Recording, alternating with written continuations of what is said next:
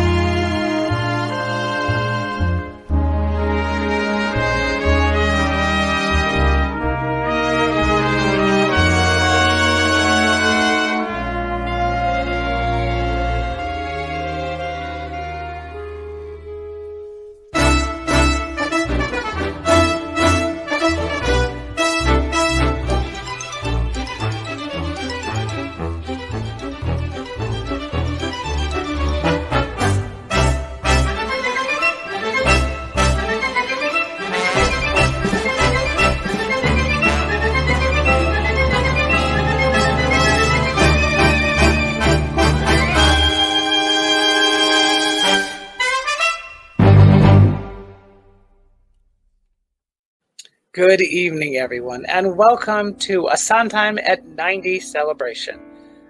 Wonderful evening we have planned for you with all the wonderful music of Stephen Sondheim. We've got some wonderful Broadway veteran performers, as well as some local wonderful Phoenix talented performers joining us as well. It's going to be a nice walk down memory lane of all the musicals we've been lucky enough to have given to us by the wonderful Stephen Sondheim. The music you just heard in the opening was from Bounce. I think that was 2003, that cast recording. That was the overture to the show. It's a great score. If you haven't heard it, check it out. It never went to Broadway, unfortunately, but it went through a lot of incarnations and played a lot of regional productions. It was last called Road Show, I do believe, in 2008. But it's a great score, so check it out for those of you who love Sondheim. So tonight we've got a lot of fun in store. I do want to remind you that we are here as a benefit for Fountain Hills Theater. So if you enjoy this evening's performance, please go to our website, fhtaz.org, and make a donation on our homepage by just clicking the word donate. We really would appreciate any support. We're trying to reopen so we can get back to doing what we love to do, which is live theater. So you will see also during the show some names run across the bottom of the screen from time to time.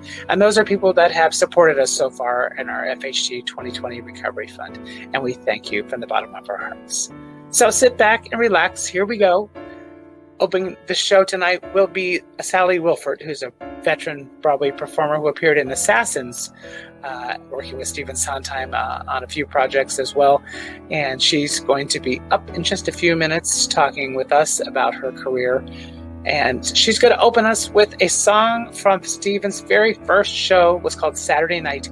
He wrote it in 1954. Here's Sally Wilford with What More Do I Need?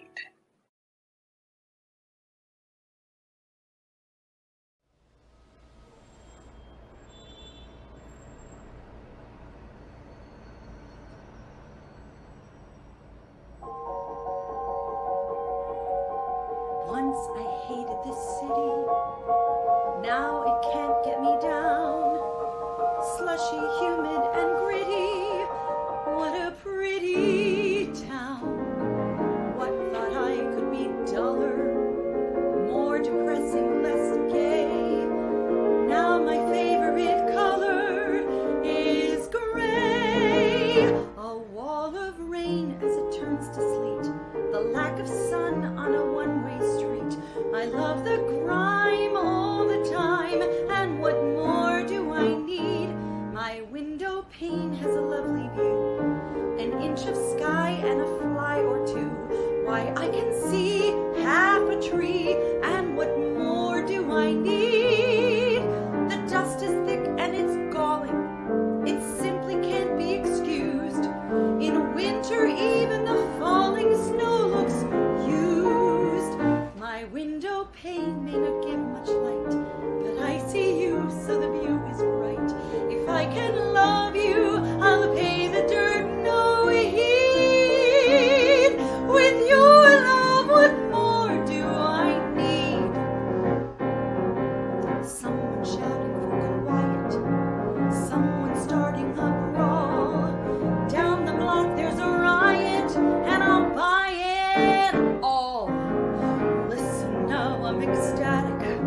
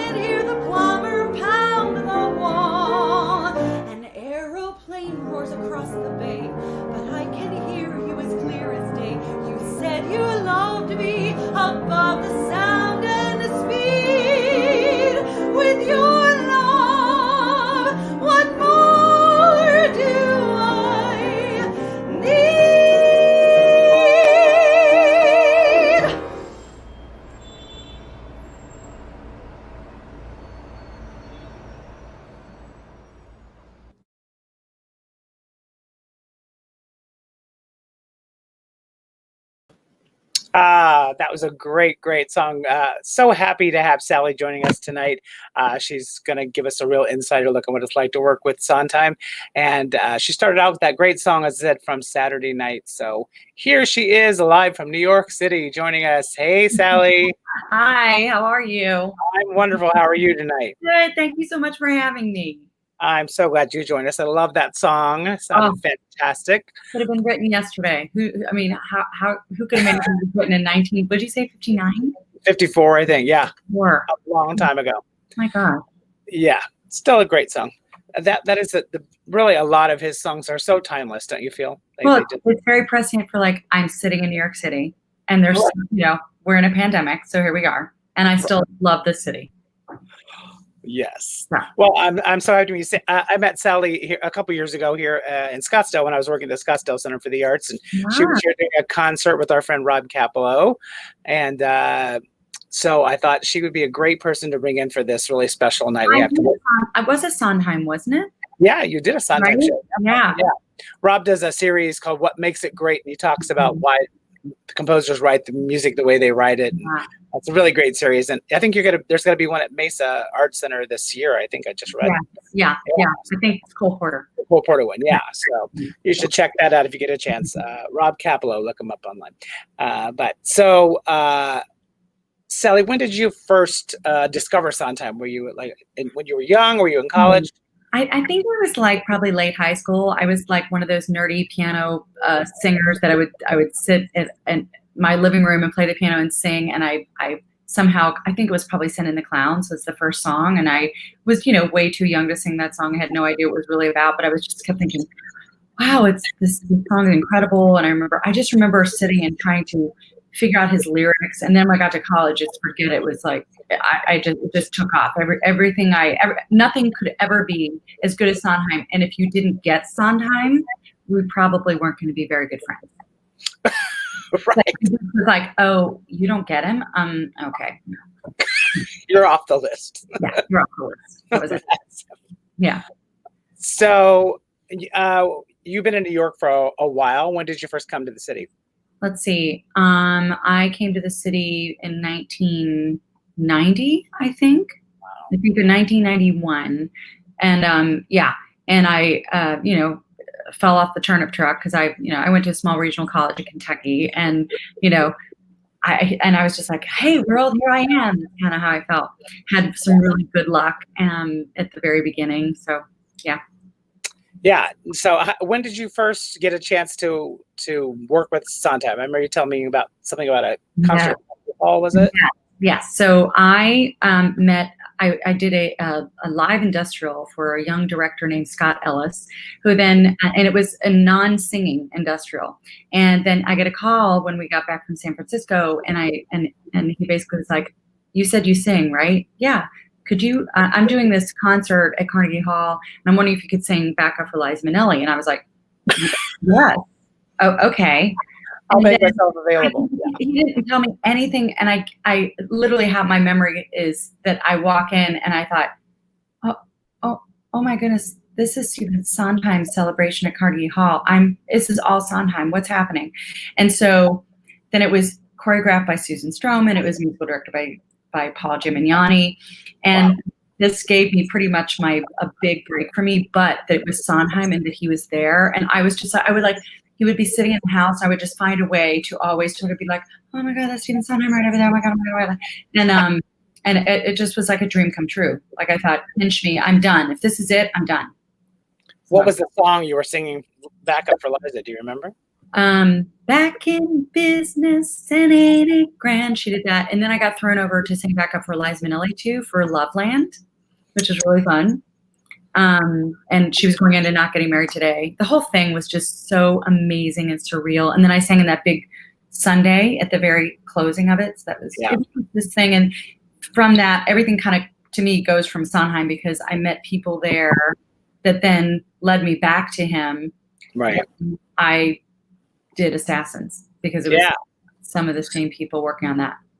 So how do you get from Carnegie Hall and Liza Minnelli to getting Assassins? How did you end up landing that job?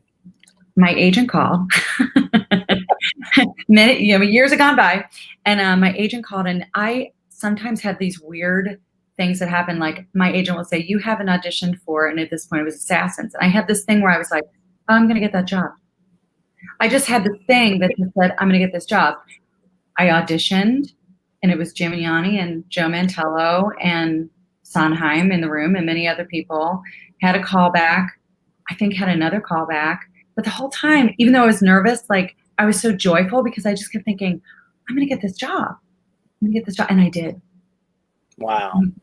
It was nuts. It was incredible.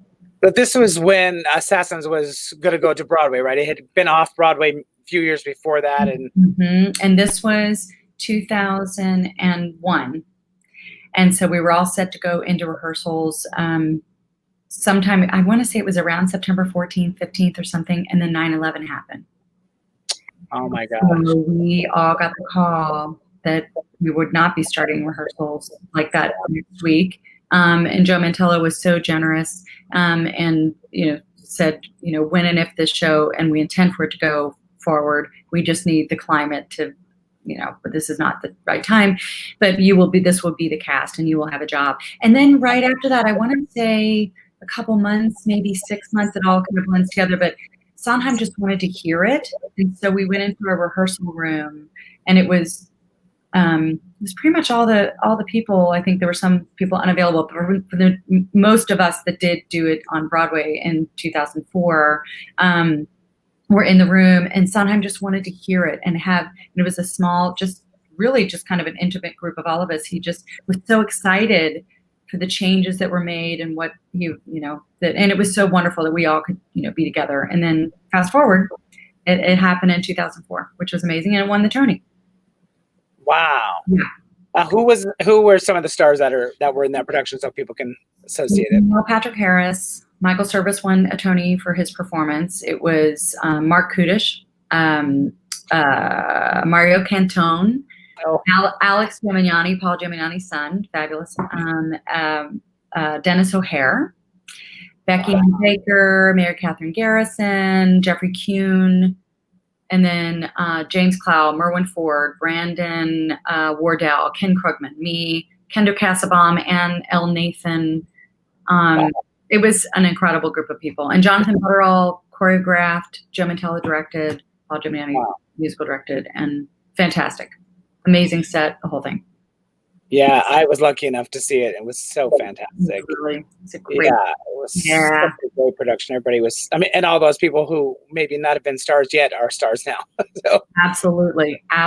And just wonderful people. Yeah. Yeah. So you were a swing in the show. You swing for the ladies. I did. And I went on a couple times, which was thrilling, because I think, everyone it was exciting no matter what, whether it was on stage or off stage. It was just a thrill both ways. But, and of course, no one wants to swing out of a show, especially when you've just won the Tony and there's, no one could get a ticket to the show. But, anyway, I was able to go on, which is great. I went on for Ann L. Nathan and played Emma Goldman, which was, really fantastic. Yeah. It was great. That's so awesome. And Joe Weidman wrote the book, right? John Weidman. Mm-hmm. Yeah, John Weidman. Yeah. Yeah. And he also did Bounce Roadshow as well. Yeah. For those people who have not seen Assassins, what's kind of a short synopsis you could kind of give them an idea about? Kind of, it's a historic group of people who were assassins that either attempted to assassinate presidents or succeeded in assassinate presidents, and kind of a look into what might have happened along their way to want that to happen. And it culminates in all of the assassins sort of communicating with each other and encouraging the balladeer who ends up playing John Wilkes Booth, and sort of seducing him into why him killing a president would make him famous, and what's happened to our country, why people are disenchanted with what's happening in the country oftentimes, why or they're poverty stricken, or they're immigrants, or they're they just think somehow it'll get them like notoriety, like for oh my God, I'm going to blank about Jodie Foster. Oh yeah.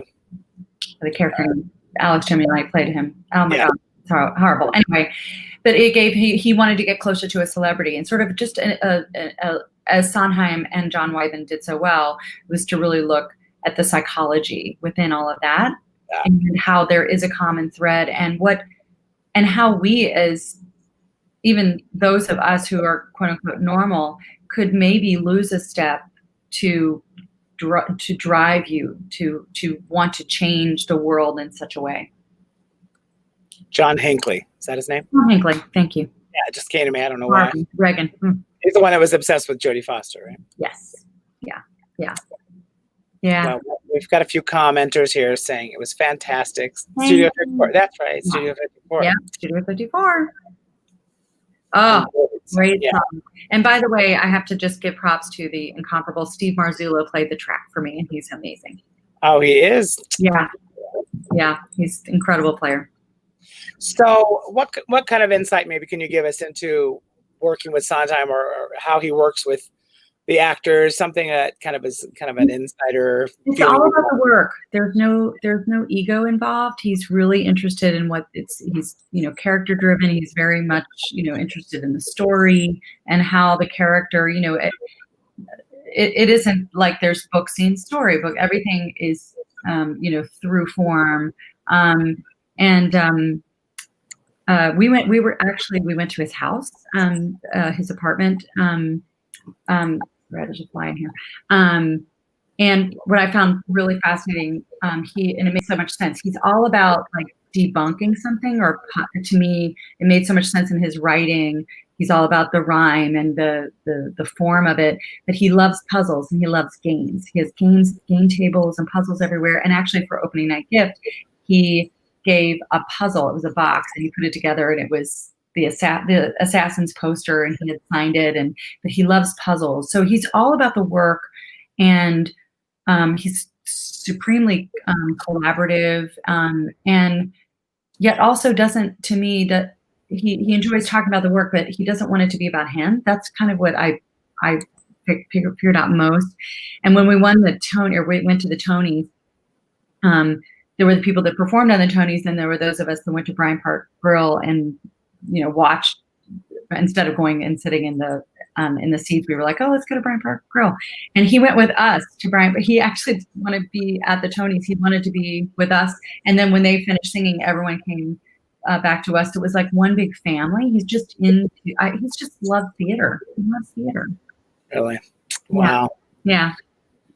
Well, I feel so lucky to have been, in his orbit for a little while. Yeah. Yeah. Well, I'm so glad you could be here tonight and to share a little of your story with us, and of course your beautiful voice. Thank you. And we are up for a very exciting, fun evening of Sondheim. Yes, and everyone donate. Get that Fountain Hills back up and working. We need all theater back up and working, but get in there and do it. Yeah, we got to do it. It's hard to figure out how to do it, but we're figuring it out. And yeah, I mean, you guys have come back before. I was doing a off-Broadway show. We were about to head into the theater when we got shut down. So hopefully we're all going to get back soon. Yeah. All right. Well, thank you so much for being here. Thank you for having me. It was so much fun. All right. Thank you so much. Take care of yourself. Bye. All right, everybody, sit back and relax. We are going to be in for a nice, fun night of Sondheim's music.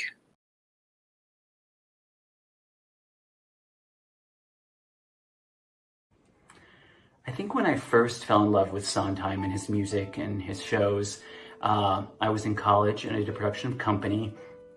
And then right after that, I went to graduate school and I did a production of Sweeney Todd. Playing Anthony. I had a full head of blonde hair. People used to comment how thick it was. Anyway, and I think what I find most attractive about Sondheim's music is that it feels like each lyric and each note is so perfectly and precisely crafted, so much so that the emotion of the piece is instantly conveyed, and I think the mood is so honestly understood by the listener. And I think it takes a true genius to not only make someone who's listening to the music hear it, but to really feel it. And I think that's what Sondheim does best.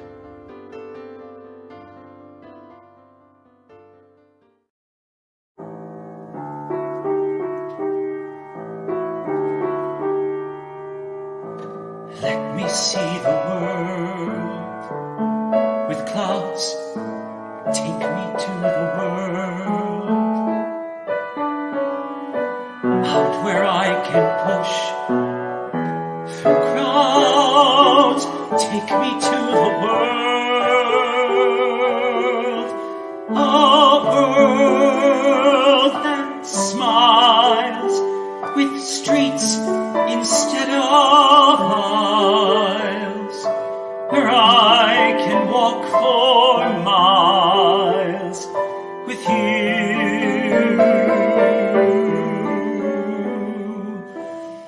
Take me to the world that's real. Show me how it's done. Teach me how to laugh, to feel, move me to the sun. Just hold my hand whenever we arrive. Take me to the world where I can be alive. We shall see the world come true. We shall have the world. I won't be afraid with you. We shall have the world. I'll hold your hand and know I'm not alone. We shall have the world to keep. Such a lovely world will we. We shall have the world forever for our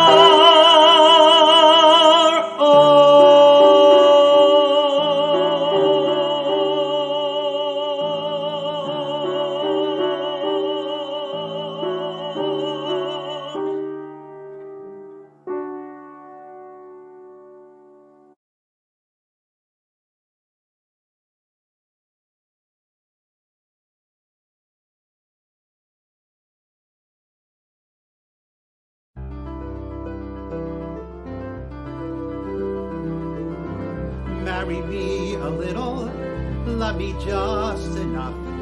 Cry but not too often, play but not too rough. Keep a tender distance so we'll both be free. That's the way it ought to be. I'm ready, marry me a little, do it with a will. Make a few demands I'm able to fulfill. Want me more than others, not exclusively.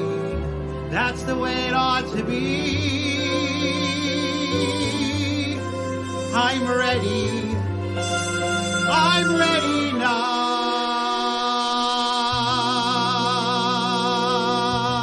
now. You can be my best friend. I can be your right arm. We'll go through a fight or two. No harm, no harm. We'll look not too deep. We'll go not too far. We won't have to give up a thing. We'll stay who we are. Right? Okay then. I'm ready now. Someone marry me a little, love me just enough. Warm and sweet and easy. keep a tender distance, so we'll both be free. That's the way it ought to be. I'm ready, marry me a little, body, heart, and soul. Passionate as hell, but always in control. Want me first and foremost, keep me company. That's the way it ought to be. I'm ready now.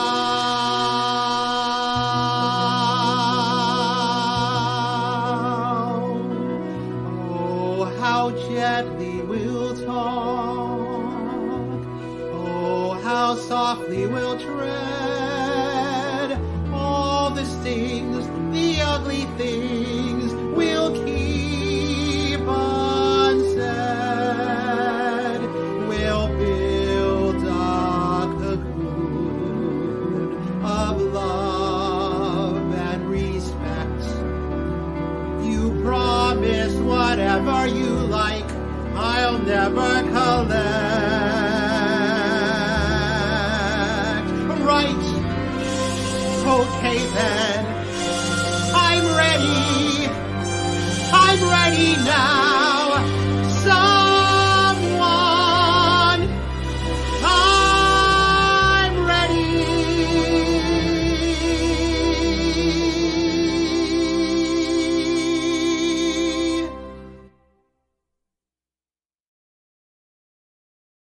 Well, first of all, I'd like to thank Michael Gillette for asking me to be part of this amazing evening of Sondheim and this wonderful fundraising event for the Fountain Hills Theater. I've known Michael for many years. We did the national tour of Joseph and the Amazing Technicolor Dreamcoat back in the 90s and toured together for probably a year and a half or so. And we've been friends ever since. And he has so much experience both on stage and off, in front of the house, behind the scenes, everything. You are in such great hands having him there as your executive director. And so I'd like to thank him for asking me to be a part of this. And, you know, this is a tough time for us as performers and, of course, people like yourselves who are watching who long to be back in the theater, in the seats. And so I'd encourage you to donate whatever you can. And you can donate financially, you can donate your time, you can volunteer. I know I got into theater because my mom used to sew costumes for the community theater in my hometown in Wisconsin. And because of that, it's what I do today. And anyway, so just I encourage you to go to fhtaz.org/donate and give whatever you can. We'd really appreciate it. And we hope to see you in the seats in person real soon. Thank you. I was first exposed to Sondheim seeing my first Broadway show, which was Sunday in the Park with George with the original cast in 1984. I was 20, I think. I was a college junior, and I was in New York on a choir trip with the concert choir from the University of Georgia. All of my choir mates were music majors and voice majors. I was not, and they all wanted to go to the Met. So I went to see Sunday in the Park with George by myself, having no idea, no expectations, didn't know what was going to happen. And as I said, it was my first Broadway show. I sat there, got my one ticket, and was just stunned, overwhelmed by how beautiful the show was and how important it was and how smart it was and how well the storytelling was done, how clever it was, the staging, the sets, the singing, the acting. It was Mandy and Bernadette. It was fantastic. And so much so that at intermission, and those of you who know the show, you know what happens at the end of the first act. No spoilers here. I was sitting there by myself in the seat, and I was sort of sobbing like, you know, the Cowardly Lion. It was embarrassing, and it didn't stop there. The whole walk home was sort of the same experience. I couldn't quit thinking about it, and it introduced me to Sondheim. At that point, I had come from the wrong side of the tracks. I didn't know anything about musical theater. Being an actor was still several years away for me, even as a thought. I was in graduate school before I even thought about it. But I knew I loved music, and I knew I recognized great music when I heard it. And so at that point, I began sort of like a sponge, taking in any Sondheim I could think of, any Sondheim I could find, learning all the shows. And again, I wasn't an actor yet. It was a great, great night. I will never, ever forget it, and it changed my life.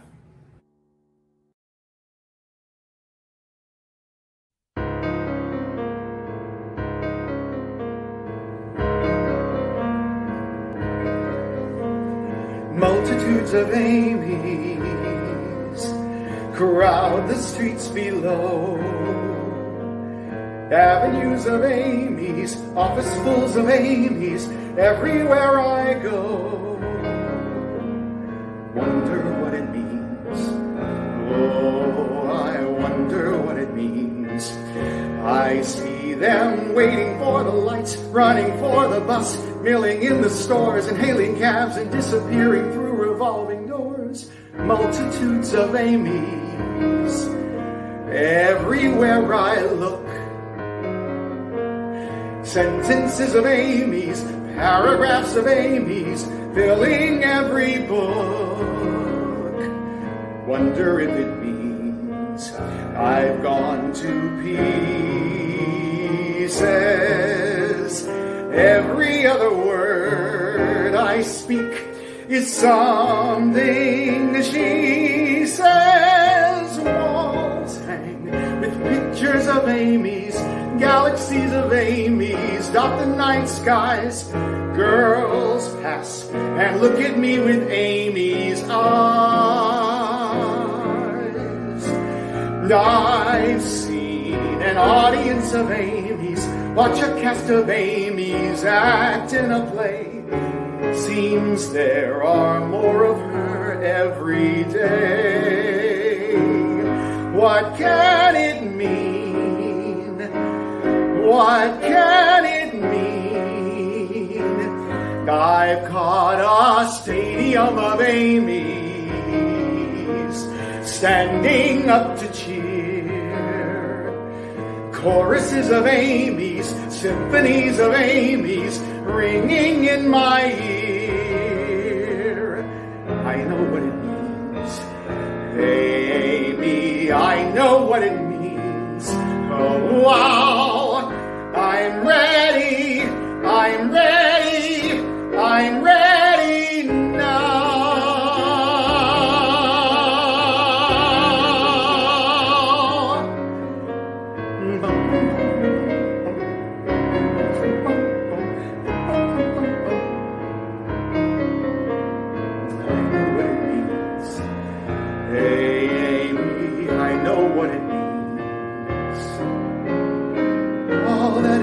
Is to Amy me, Amy you, Amy.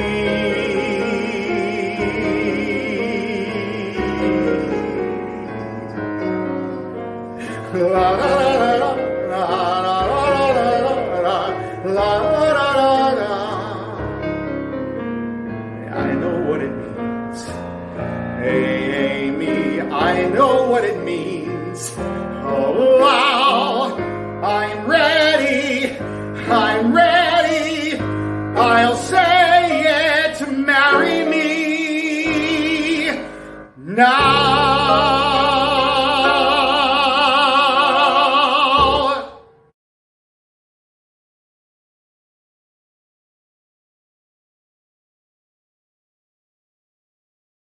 I first became acquainted with the music of Stephen Sondheim when I was about 13 or 14 years old.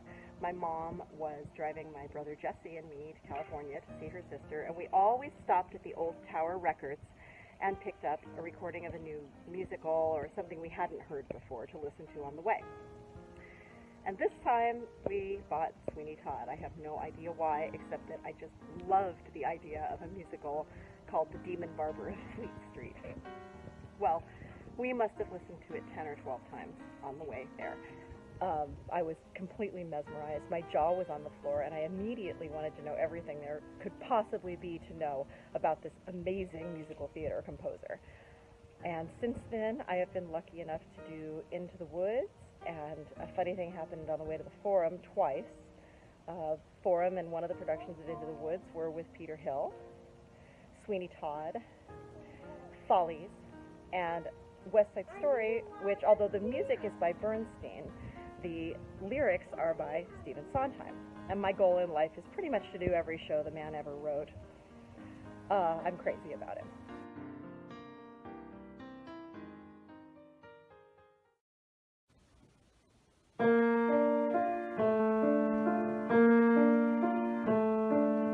Leave you leave you? How could I leave you?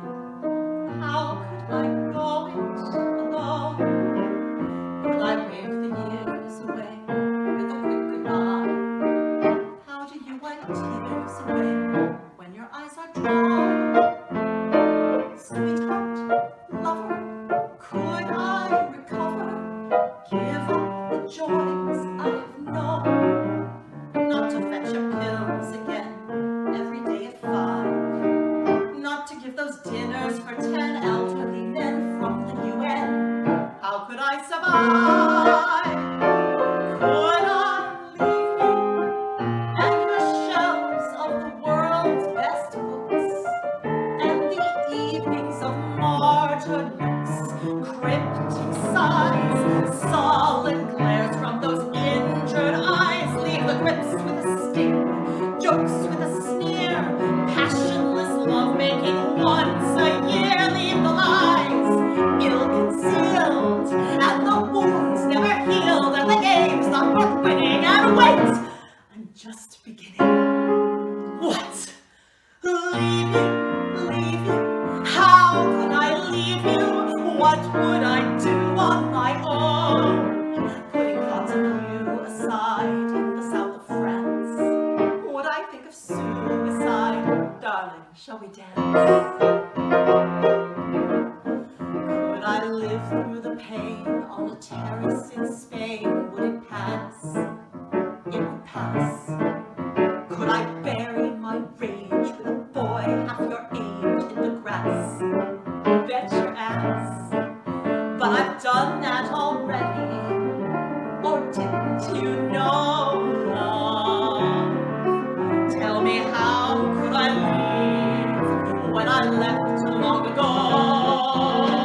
Love, could I leave you? No, the point is, could you leave me? Well, I guess you could leave me the house, leave me the flat, leave me the Bronx and Charles and all that. You could leave me the stocks for sentiment's sake, and 90% of the money you make, and the rugs, and the cooks. Darling, you keep the drugs, angel, you keep the books. Honey, I'll take the brand, sugar, you take the spinach, and all of our friends, and just wait a goddamn minute. Leave you, how could I leave you? Sweetheart, I have to confess.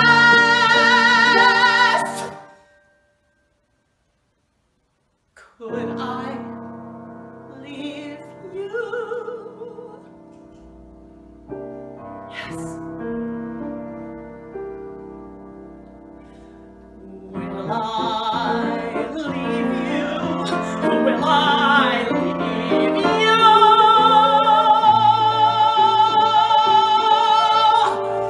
Yes!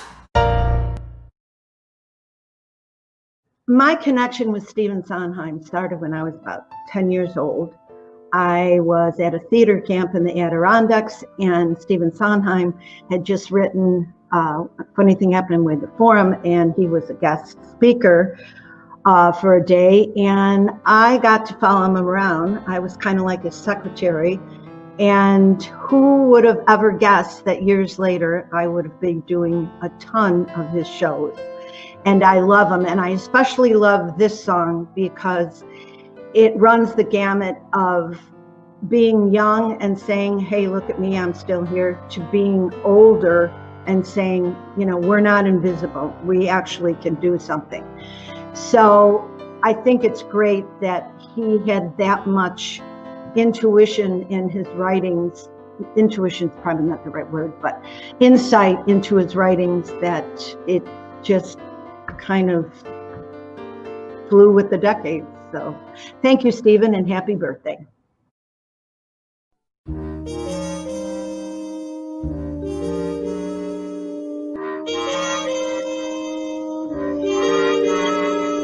Good times and bump times, I've seen them all, and my dear, I'm still here. Plush velvet sometimes just pretzels and beer, but I'm here. I've stuffed the dailies in my shoes. I've strung ukuleles, strung the blues, seen all my dreams disappear. But I'm here. I've slept in shanties, guest of the WPA. But I'm here. Danced in my scanties, $3 a night with pay. I'm here. I've stood in bread lines with the best. Watched while the headlines did the rest. In the depression, was I depressed? Now we're near. I met a big fancy, and I'm here. I've gotten through Herbert and J. Edgar Hoover. Man, that was fun. When you've been through Herbert and J. Edgar Hoover, everything else is a lure.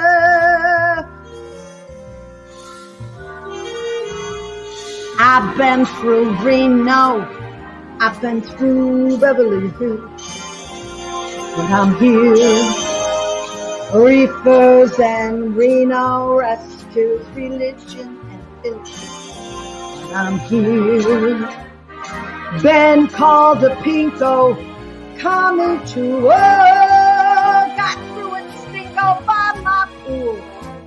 I should have gone to an acting school, that seems clear. Still, someone said she's sincere, so I'm here. Like sable one day, next day it goes in the hot. But I'm here. Top billing Monday, Tuesday, you're touring in stock. But I'm here. First you're another slow-eyed bat, then someone's mother, then your cat, then your career to career to career.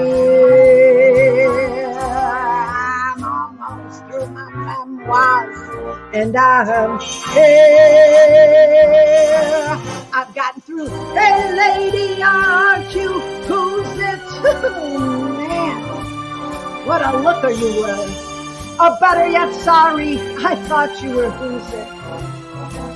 Whatever happened to her? Good times and fun times. I've seen them all, my dear. I'm still here. Plush velvet, sometimes, just pretzels and beer. But I'm here. I'm on the gamut A to Z. Freeze, cheers, and damn it, say lovey. I got through all of last year, and I'm here. Well, Lord knows at least I was there, and I'm here. Look who's here.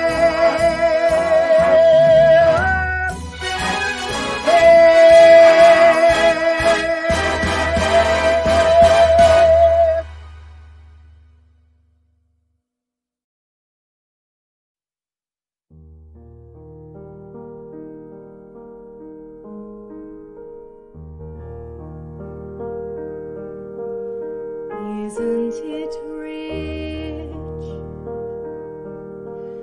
Are we a pair? Me here at last on the ground, you in midair. Send in the clouds.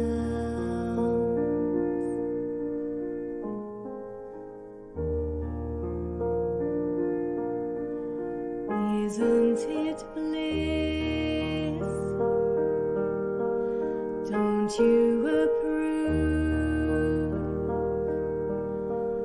One who keeps staring around, one who can't move.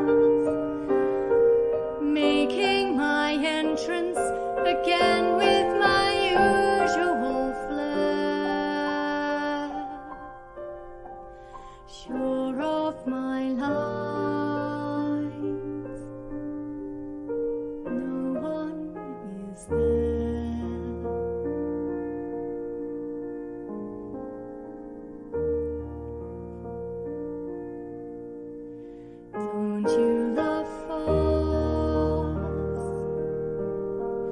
My fault, I fear. I thought that you'd want what I want. Sorry, my dear. But where are the clouds? There ought to be clouds. Quicksand in the clouds.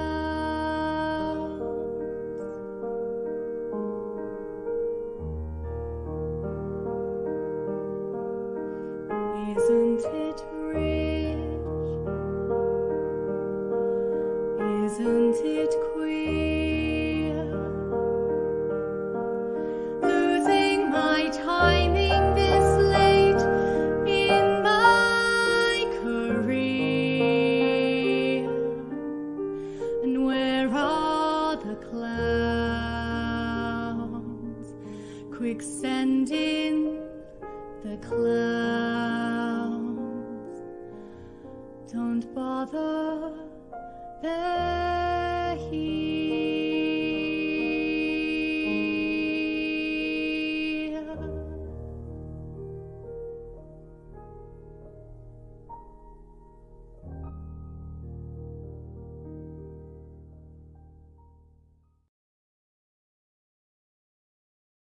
So, Fountain Hills Theater is one of the places that I've done Into the Woods, and more recently I've also done A Gentleman's Guide to Love and Murder and Man of La Mancha there. It is one of my beloved home theaters. It is a genuine treasure in the state of Arizona. Peter works miracles on that tiny, tiny stage, as I'm sure you know. Please help them keep their doors open. It's very important to all of us, both as actors and as audience members, and for anyone really who is interested in a thriving community arts scene in Arizona. Fountain Hills needs you.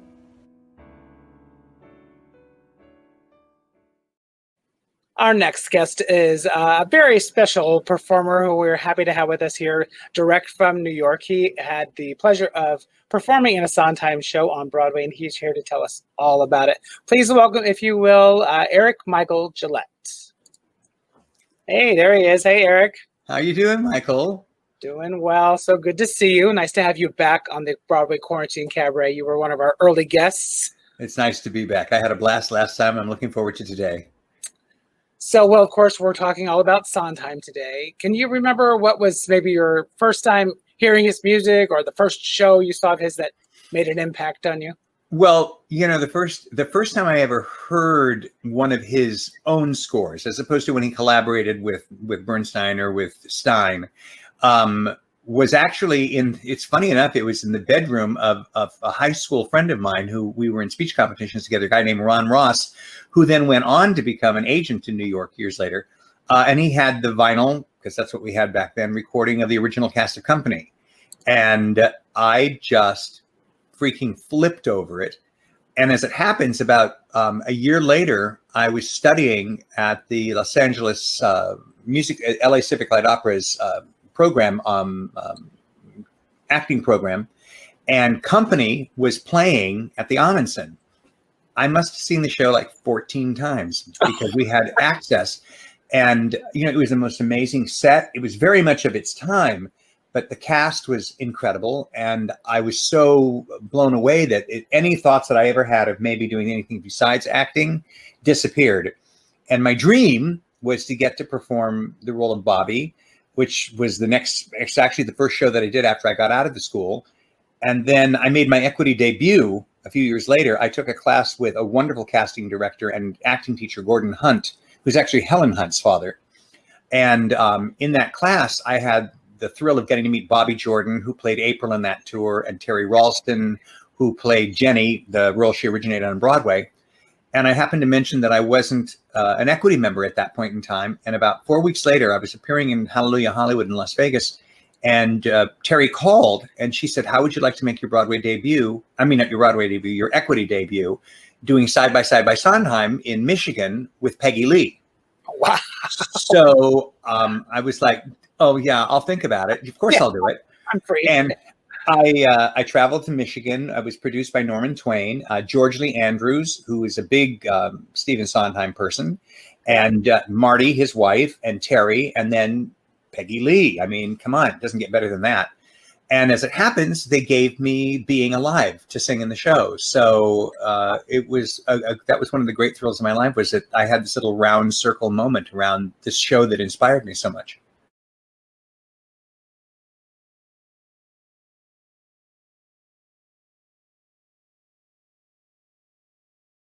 Well, of course, we want to hear about the frogs on Broadway, since you've had a real interaction with the man himself and been in one of his shows. How did you get the show? Did you just go to an open audition, or? No, it's one of those New York stories. They audition shows for a long time, and you read a breakdown. And with the frogs, there really was nothing for me specifically in the show. I looked at the breakdowns and I went, I'm in the cracks on this. I'm kind of right for almost everything, but not specifically right for anything. Right. And it was like the opposite of my Broadway debut with Kiss Me Kate, where they sent me in and I only did the first small audition and the next thing was the finals. I didn't go in any other time because I just was that guy.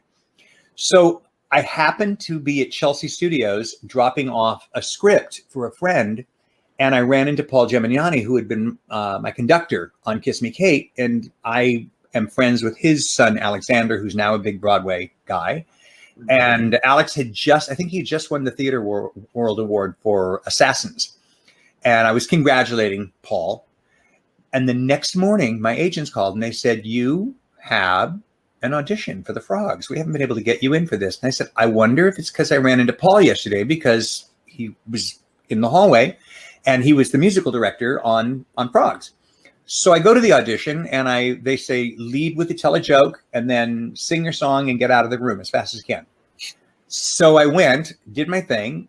Everybody laughed at my joke and I walked out and I called my agents. I said, that went really well. And they said, yes, it did. You're in the finals tomorrow.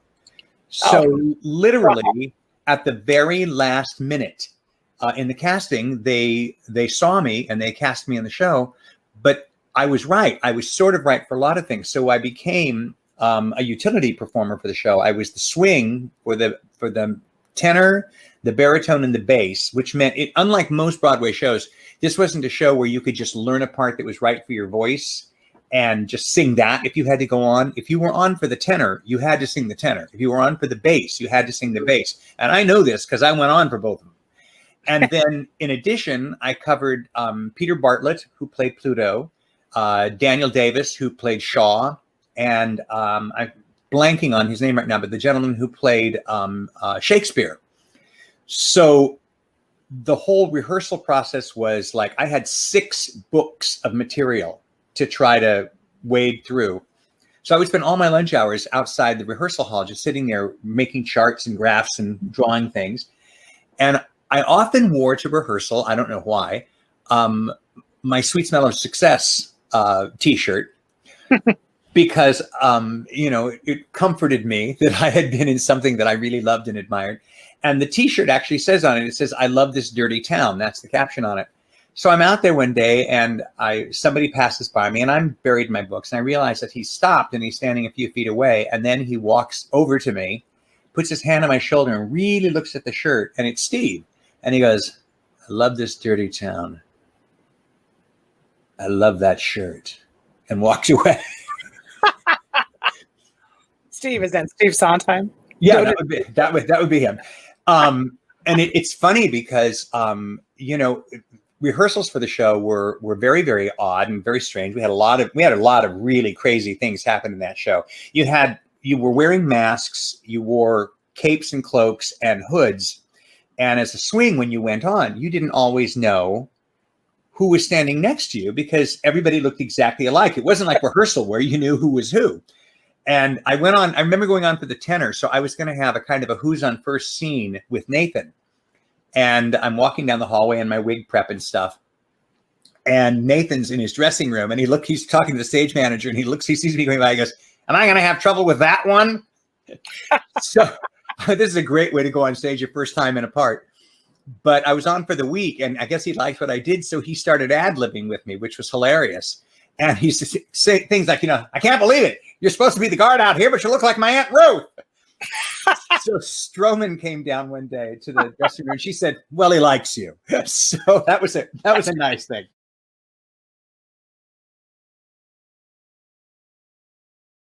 For those of us who don't know, which is probably most people who have never seen the Frogs, is there a short synopsis that one can give of the show? Yeah, it's based on a marvelous Greek play. The original version of the musical The Frogs was done in the Yale swimming pool. And the stories that I've heard about it are pretty hilarious. Among them, it's like when people sang, it was like listening to people singing in the bathtub. It's featured in the cast were Chris Durang, and I believe Sigourney Weaver was in it. And it had about 6 songs, maybe 7. So for the Broadway version, when Nathan rewrote the libretto and created it with Sondheim, Sondheim wrote probably 7 or 8, maybe 9 more songs. So there were a lot. In fact, when we went into rehearsal, there were big sections of the script at the first read through that said, song to come based on script below. And several songs actually appeared after we'd already started rehearsing. He would just go home at night. He'd come back in the next day and he'd have created something marvelous. And it was just one of those moments where you say, like, all I ever wanted to be able to say I did in my Broadway career was that I did an original cast Stephen Sondheim show. And I wouldn't say I could die a happy man, but I certainly would be happier than if I had never had the opportunity, because these were people that I just adored.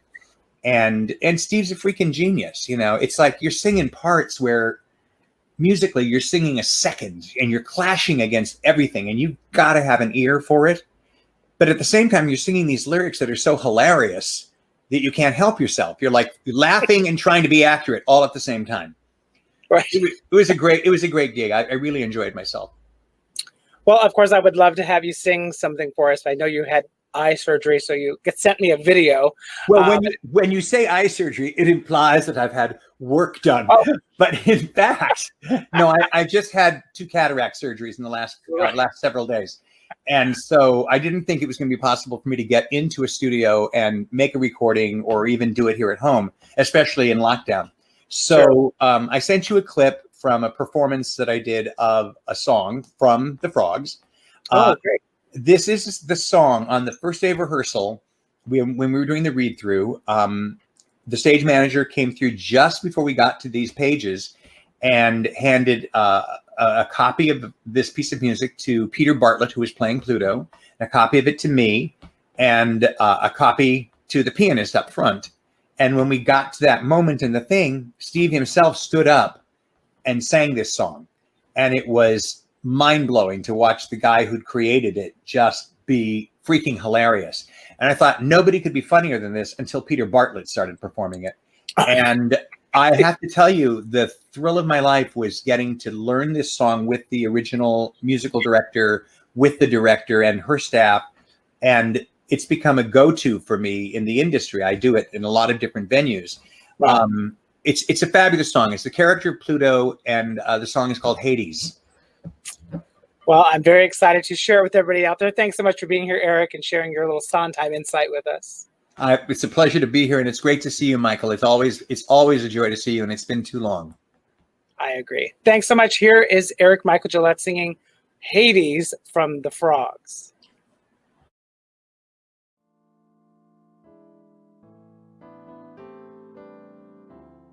Everybody dumps on Hades, people yelling go to hell. Well, let me tell you, life in Hades is just swell. It's got flash, it's got flare, it's got spectacle to spare. People come from everywhere, like it or not. Then they see what we've got, and they like it a lot. Hell is hot, so hot. I mean, you never gain weight, you're never out of date, you never get bald or older, you never have to fret about fate, it's all too late, I mean, you're dead. You're not afraid of time rushing by, not afraid of oceans running dry, all because you're not afraid to die. Once you're dead, dead, dead, dead, dead, dead, dead, you're dead.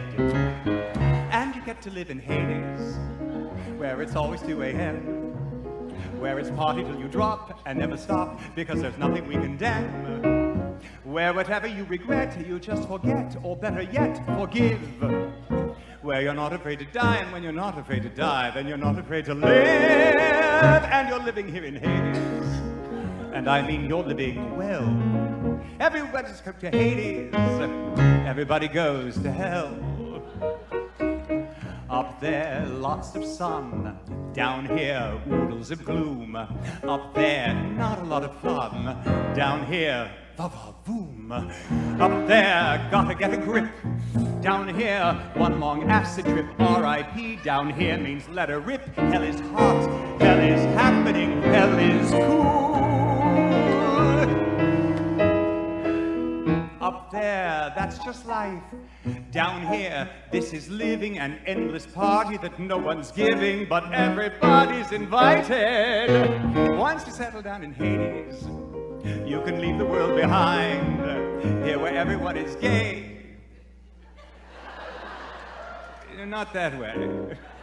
No, I mean gay. Oh, never mind. Everyone's afraid of Hades, so they never misbehave. If they got a glimpse of Hades, they'd be racing to the grave. Oh, ladies and gentlemen, may I be frank? In the grand scheme of things, life is a test, really. A little pop quiz, nothing more. Some pass, some fail, but it's ultimately meaningless, just something to amuse the gods. I know you're thinking, I say that because we're forced to live down here. If we could live where you live, things would be different. But they're not. This is where reality begins. Here no one has a need anymore to commit a murder, wage a war. Well, who you gonna murder and what for? They're all like dead, deceased, kaput, defunct, released, and we're flying down in Hades, where it's always 2 a.m., where it's party till you drop and never stop, because there's nothing we condemn. For the mortal human race who need the space, this is the place to be, where you're not afraid of death, and when you're not afraid of death, then you're ready for loving. Day is night when you're in Hades, that's the thing that gives it sing. How about a hand for Hades? How about a hand for Hades? How about a hand for Hades? Hades, Hades.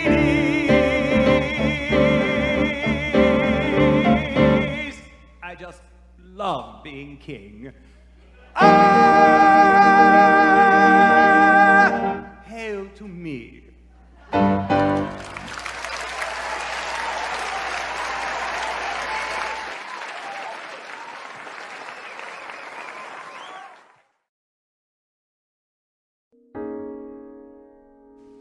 Lesson number 8 is about the discovery of coming to a crossroads in life. After achieving early on a moderate amount of success, what happens next? Where do you go from there? What's the next chapter? It's also about remembering those that came before us and impacted our lives and shaped us as a human. How do you honor them after they've passed? What will be your contribution to society, to history? What is your legacy going to be? Beyond the stamp that just says, I was here.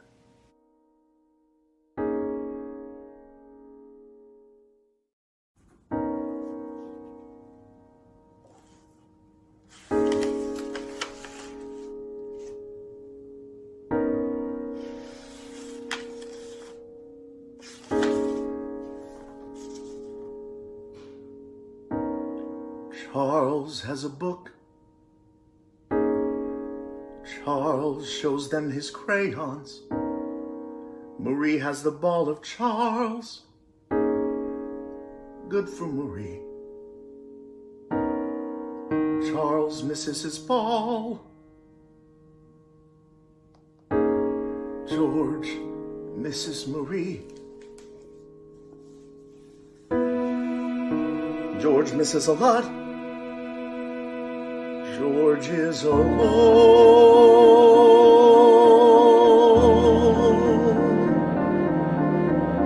George looks around. He sees the park. It is depressing. George looks ahead. George sees the dark. George feels afraid. Where are the people out strolling on Sunday? George looks within. George is adrift. George goes by guessing. George looks behind. He had a gift. When did it fade? You wanted people out strolling on Sunday. Sorry, Marie. See George, remember how George used to be, stretching his vision in every direction. See George attempting to see a connection when all he can see is maybe a tree, the family tree. Sorry, Marie.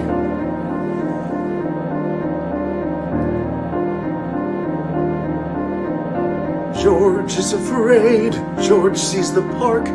George sees it dying. George too may fade, leaving no mark, just passing through. Just like the people out strolling on Sunday. George looks around. George is alone. No use denying. George is aground. George is outgrown what he can do. George would have liked to see people out strolling on Sunday.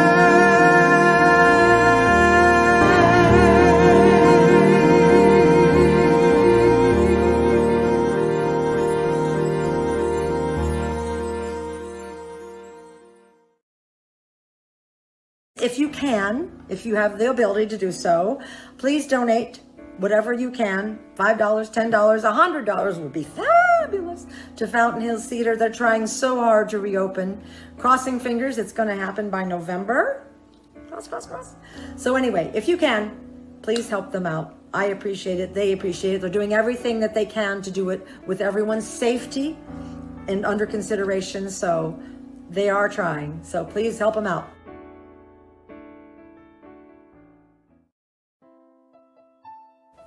In 1989, Phoenix Theater was holding auditions for a show that I thought was the strangest name in the world for a show called Sunday in the Park with George. Made no sense to me. Who would go see a show about some dude in a park? Who cared? Anyways, up to that point, all my friends could not understand why I had never heard of this supposedly incredible composer, etc., blah, blah, blah. And that all I knew of Stephen Sondheim at the time was, I think he had something to do with West Side Story, right? Isn't that the guy? So in any case, I just wanted to do a show at Phoenix Theater. So comes the day and I don't feel like it. It's raining. I want to go home. It's a Saturday. I went anyways, and I wore tennis shoes, jeans, and an untucked flannel shirt to the audition of Sunday in the Park with George. I sang Till There Was You from The Music Man, and I left. Thought I did okay. So a few days later, I get a call back that I am called back. My friends were going nuts. Oh my God, Deborah, you got called back for Sunday in the Park with George. I said, is that good? David Woe, founder of TheaterWorks and a good friend of mine, asked me, did you get called back for Dot? And I said, who's Dot? So through the rehearsals, learning the songs, and learning the libretto and the words, I fell in love with Sunday in the Park with George. In 2015, Fountain Hills Theater put on in Mr. Collins Theater, the youth theater, Sunday in the Park with George. I auditioned, desperately wanted to do that part. I know I was too old to do Dot, but I was gifted with that role, the role of a lifetime for me, by some very special people. 2017 came around, and TheaterWorks was putting on Sunday in the Park with George. I couldn't believe that it was finally happening for David Woe. David had always wanted this show to be produced at TheaterWorks. It was his favorite show of all time. So I was cast as Yvonne. I have to mention that the first time when I did it at Phoenix Theater, I was Celeste number 2. Then I was Dot, and then I was Yvonne. Not quite flat or angular, but it didn't matter. I was doing this show at TheaterWorks for David Woe. And at the end of the first act, the theme song Sunday is the closing number for Act 1. By the end of the number, I was blubbering, sobbing uncontrollably. I could not stop. The other cast members were looking at me like, what the hell is wrong with her? And I was just thinking in my head and in my heart, David, we finally got to do this show.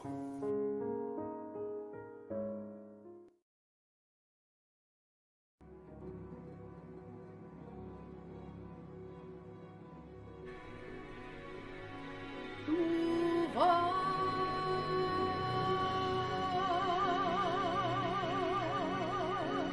Stop worrying where you're going. Move on. If you can know where you're going, you've gone. Just keep moving on. I'd chosen, my world was shaken, so what?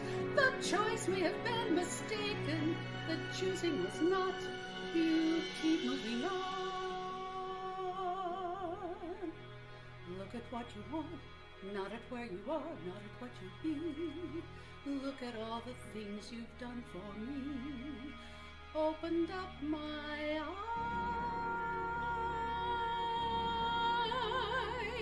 eyes, taught me how to see, notice every tree, understand the light, concentrate on now. I want to explore the light. I want to find how to get through to something new, something of my own. Move on, move on. Stop worrying if your vision is new. Let others make that decision, they usually do. You keep moving on. Look at what you want, then at where you are, not at what you be, what you be. Look at all the things you gave to me. Let me give to you something in return. I would be so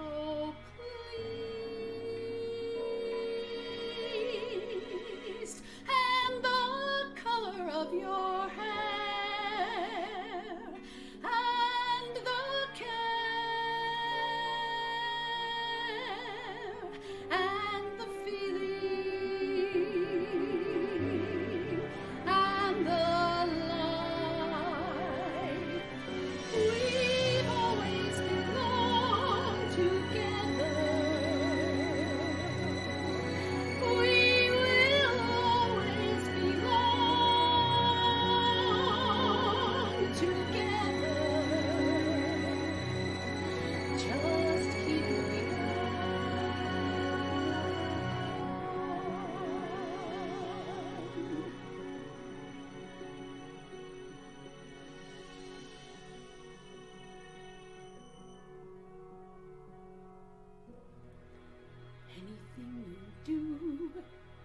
let it come from you, then it will be new.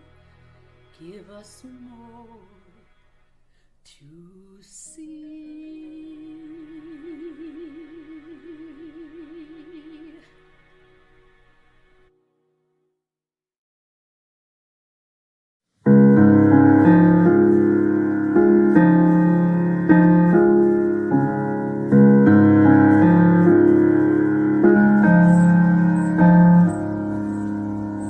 No one's here to guide you.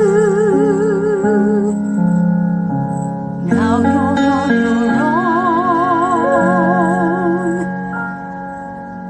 Only me beside you. Still you're not alone.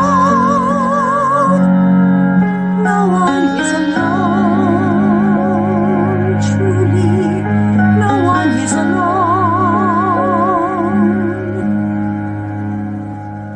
Sometimes people leave you halfway through the moon. Others may deceive you. You decide what's good. You decide alone. But no one is alone. People make mistakes. Fathers, mothers, people make mistakes. Holding to their own. Thinking they're alone. Honor their mistakes. Everybody makes one another's terrible mistakes. Witches can be right. Giants can be good. You decide what's right. You decide what's good. Just remember, someone is on your side. Someone else is not. While you're seeing your side, maybe we forgot they are not alone. No one is alone. Hard to see the light now. Just don't let it go. Things will come out right now. We can make it so. Someone is on your side.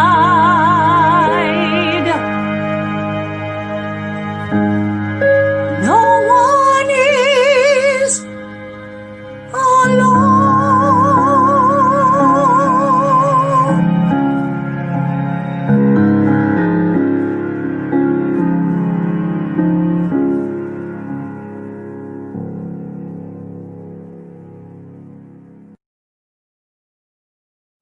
I hope you're enjoying this wonderful celebration tonight of all these great Sondheim songs, celebrating his vast work of art throughout all these past years.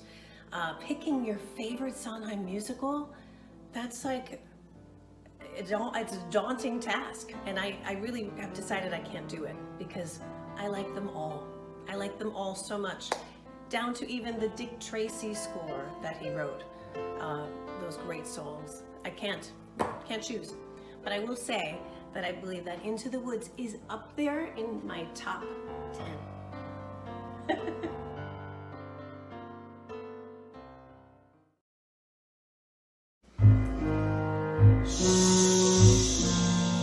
It's the last midnight. It's the last wish. It's the last midnight. Soon it will be boom and squish. Told a little lie, stole a little gold, rolled a little bow. Did you? Had to get your prince, had to to get your cow. Had to get your wish, doesn't matter how. Anyway, it doesn't matter now. It's the last midnight. It's the boom splat. Nothing but a vast midnight. Everybody smashed flat. Nothing we can do. Not exactly true. We can always give her the boy. No, what really matters is the blame. Somebody to blame. Fine, if that's the thing you enjoy, placing the blame. If that's the aim, give me the blame. Just give me the boy. No. You're so nice. You're not good, not bad. You're just nice. I'm not good, I'm not nice. I'm just right. I'm the witch. You're the world. I'm the hitch. I'm what no one believes. I'm the witch. You're all liars and thieves, like his father, like his son will be too. Why bother? You'll just do what you do. It's the last of midnight, so goodbye. Oh, coming at you fast. Midnight, soon you'll see the sky full. Oh, here you want to be. Have another bee. Bees are made for making you rich. Let them remain sore. Here you want some more. Listen to the roar. Giants by the score while you can blame another witch. It's the last midnight. It's the last reverse. Now before it's past midnight, I'm giving you my last curse. I'm leaving you alone. You can tend the garden is yours, separate and alone.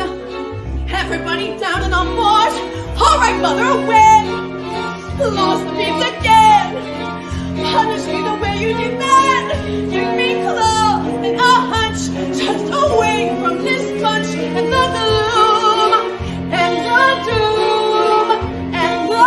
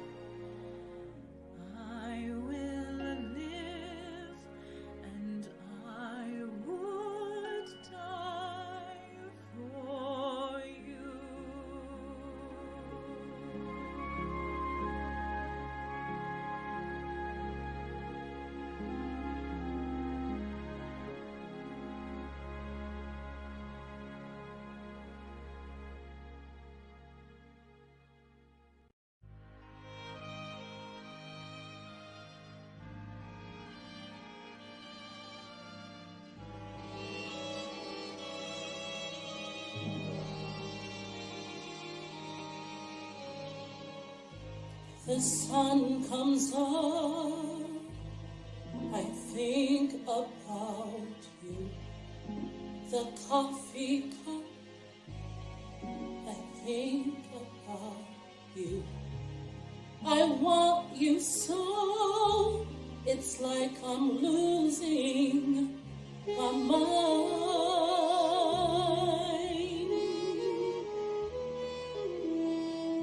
The morning ends, I think about you.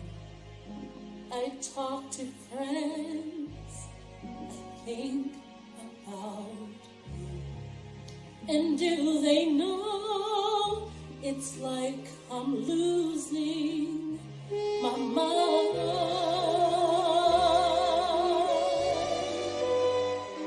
All afternoon doing every little chore, the thought of you stays hard.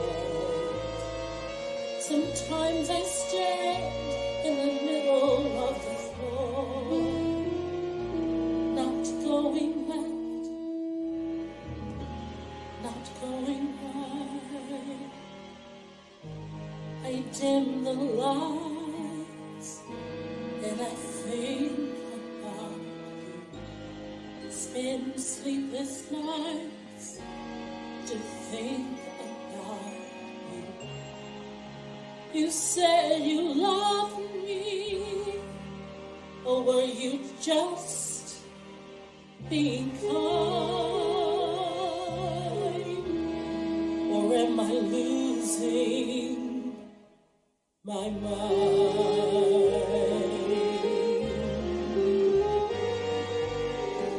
All afternoon, doing every little chore, the thought of you stays bright.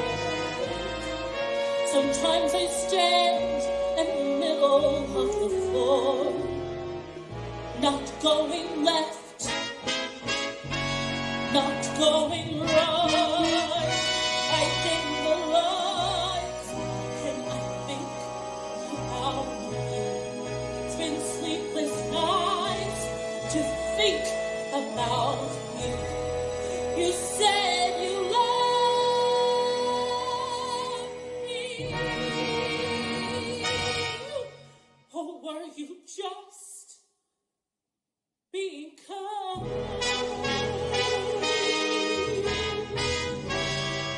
Or am I losing my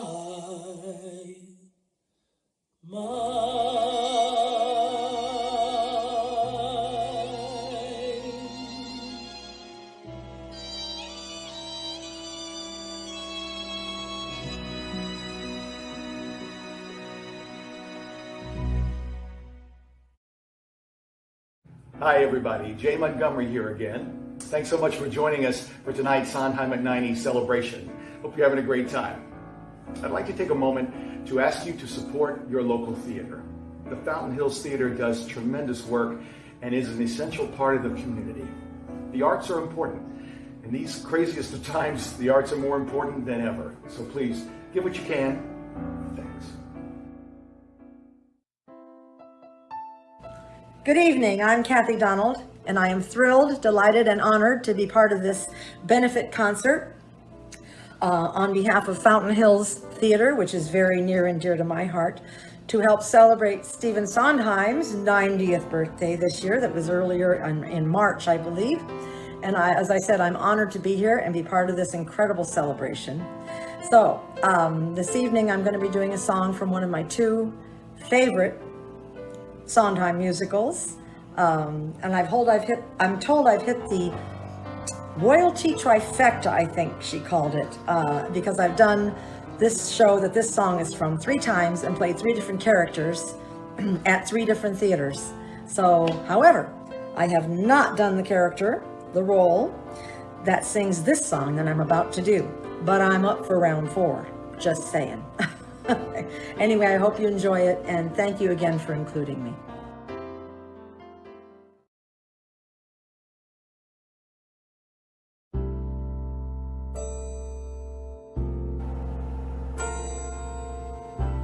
like to propose a toast.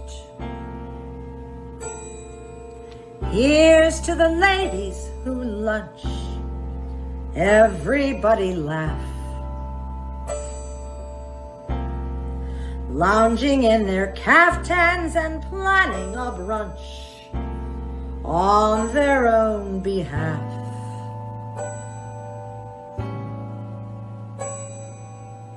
Off to the gym, then to a fitting, claiming they're fat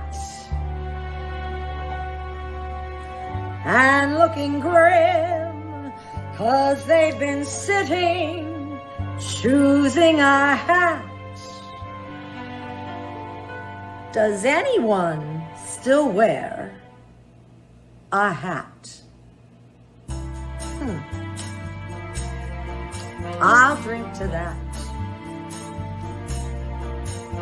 So here's to the girls who stay smart. Aren't they a gas? Rushing to their classes in optical art, wishing it would pass. Another long, exhausting day, another $1,000. A matinee, a pinto play, perhaps a piece of Mahler's. I'll drink to that. And one for Mahler. So here's to the girls who play wife. Aren't they too much? Keeping house but clutching a copy of life just to keep in touch. The ones who follow the rules and meet themselves at the schools, too busy to know that they're fools. Aren't they a shame? I'll drink to them. Let's all drink to them.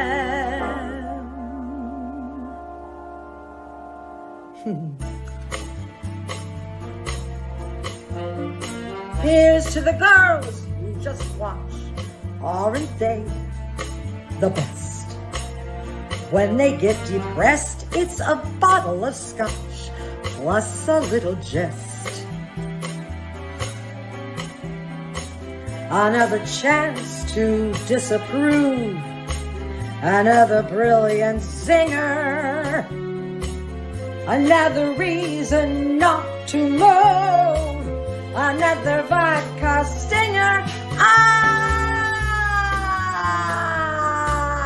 I'll drink to that. And here's to the girls on the go. Everybody tries. Look into their eyes and you'll see what they know. Everybody dies.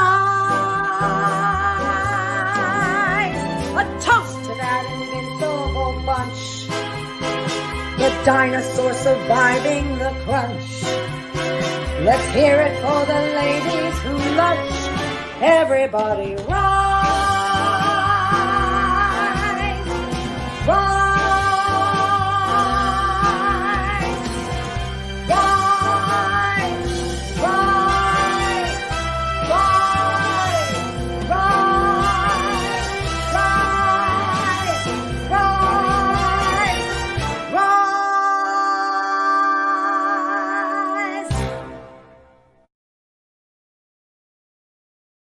So the song is from Company, which is a show about the assessment of love and marriage.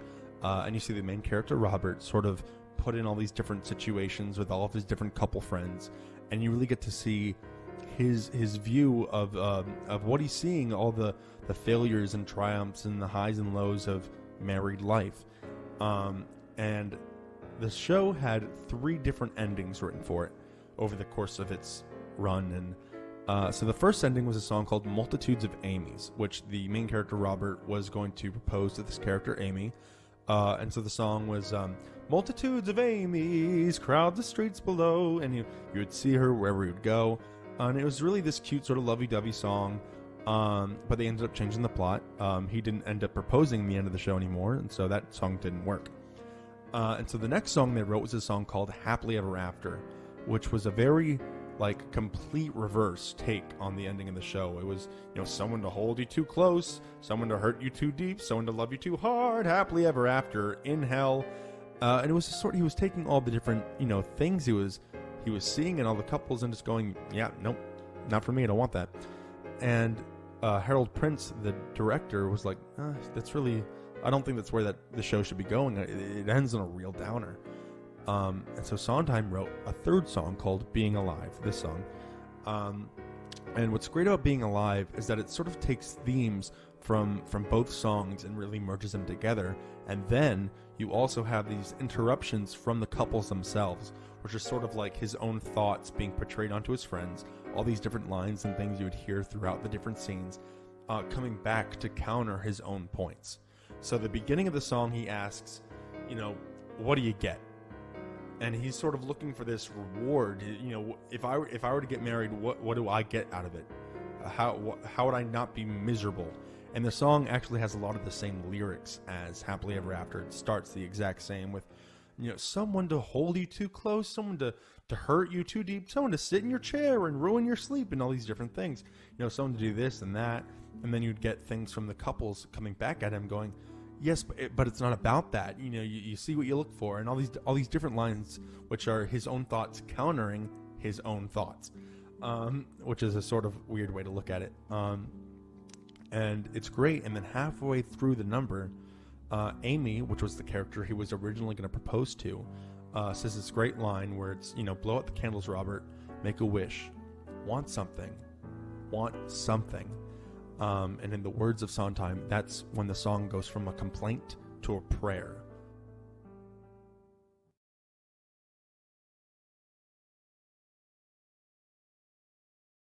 Blow out the candles, Robert, and make a wish. Want something.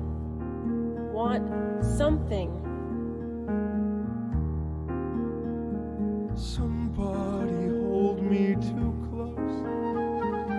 Somebody hurt me too deep. Somebody sit in my chair and ruin my sleep and make me aware of being alive, being alive. Somebody need me too much. Somebody know me too well. Somebody pull me up short and put me through hell and give me support for being alive.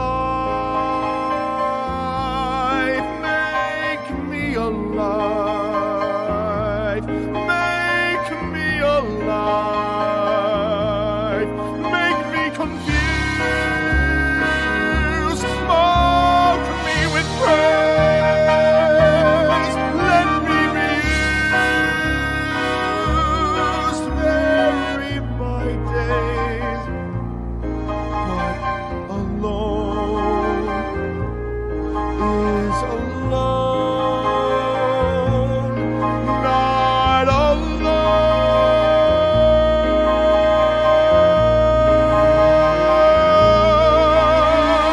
Somebody crowd me with love. Somebody force me to care. Somebody make me come through. I'll always be there, as frightened as you, to help us survive. Being alive. Being alive. Being alive.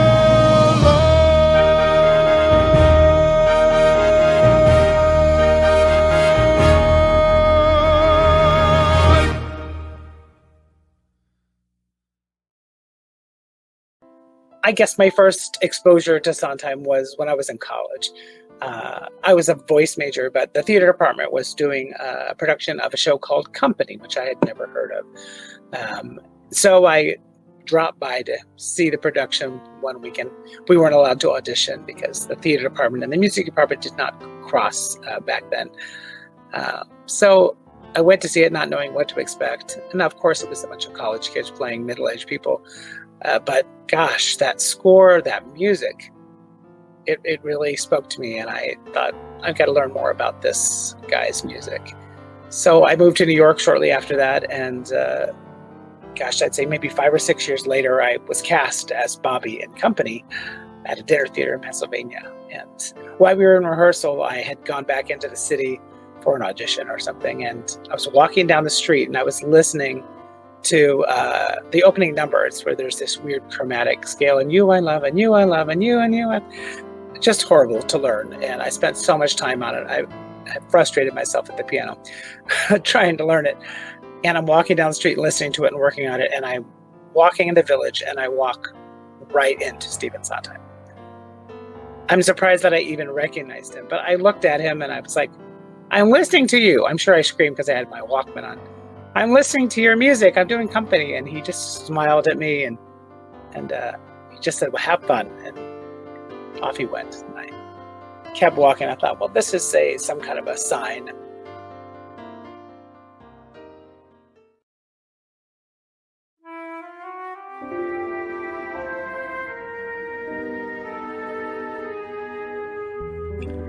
With so little to be sure of, if there's anything at all, if there's anything at all I'm sure of, it's here and now, and us together are I'll ever be. I owe you.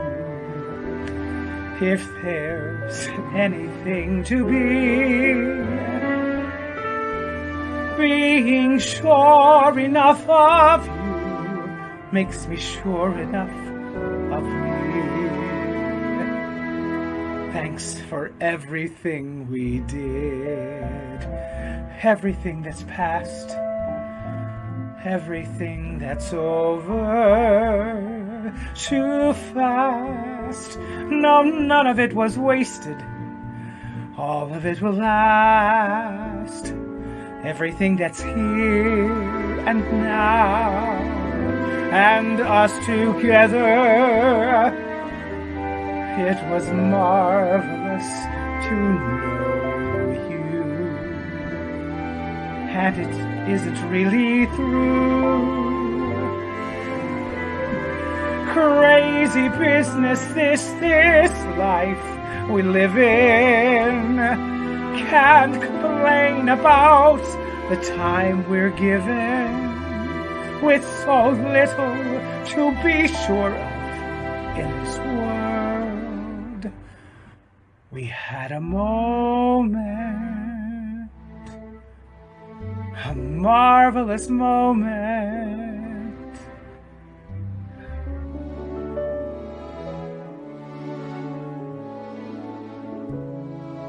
Thank you so much for joining us tonight for this marvelous moment of Sondheim. A big thank you to all of our special Broadway guests, as well as the incredible local Phoenix Valley talent that joined us as well. Thank you so much to all of you for sharing your stories and your talents and your love of Sondheim with all of us. If you haven't had a chance, please go to our website, fhtaz.org, and make a small donation or large donation, whatever you can, towards helping us reopen our doors and thrive once again, which we hope to do this November. Thank you for spending this special evening with all of us. Oh, and Steve, happy birthday. Good night.